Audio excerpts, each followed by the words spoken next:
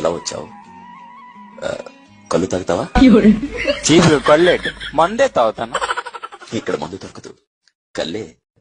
అయితే అదే తాగుతాను. రాజు, నీకు డబ్బు ఉంది, ఆస్తి ఉంది. నువ్వు తలుచుకుంటే లోకంలో ఉన్న ఖరీదైన మందులు తాగలవు. కానీ చీప్ గా ఈతకళ్ళు, మట్టి పాత్రలు ఏంటి ఇదంతా? ఇదే ఆరోగ్యానికి మంచిది. లేదు, నీకు ఇంకేదో ఫ్లాష్ బ్యాక్ ఉంది, నాతో చెప్పకూడదా? చూడు రాము, నేను ఒక క్వార్టర్ కూడా కొనుక్కోలేని పేద కుటుంబంలో పుట్టాను. చిన్నప్పుడు పక్కింటి అంకుల మందు తాగుతుంటే కిటికీలోంచి చూసి ఆ వాసనతో కడుపు నింపుకునేవాడిని. 20 రూపాయలు జోబులో పెట్టుకుని ప్రతి వైన్ షాప్ ముందు నిలబడేవాడిని. ఎవరూ మందు పోయలేదు. ఆఖరికి బార్లోనైనా మందు పోస్తారని వెళ్ళాను, అక్కడ పోయలేదు. అప్పుడు నన్ను ఆదరించింది ఈ ఈతకల్లే. ఆనాడే తెలుసుకున్నాను, నాలాంటి పేదవాడికి ఇదే శాశ్వతమని.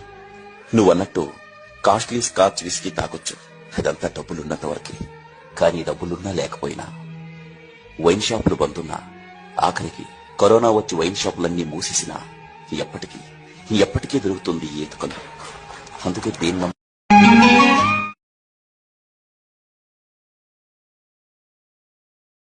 బావగారు, ఏంటి బావగారు బావున్నారా?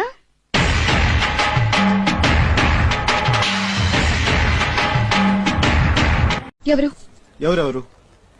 ఫోన్ లో గీత. అదే ఎవరని? మా అమ్మ. అమ్మా? అవునా అమ్మ. మరి గీత అని పిలిచు. ఆమె పేరు అదే కదా. అమ్మని గీత అని పిలవడం, నాన్న అరవింద్ అని పిలవడం నాకు అలవాటు.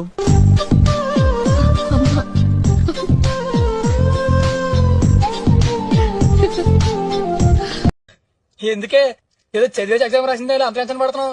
టెన్షన్ పడకు, నువ్వు ఫెయిల్ అయిపోలే. నీకెలా తెలుసు? తెలిసేంతే, 3 సబ్జెక్టులు పోయినాయి. అంటే మిగతా 3 సబ్జెక్టులు పాస్ అయిపోయానా? మా తల్లే నిన్ను ఆదర్శంగా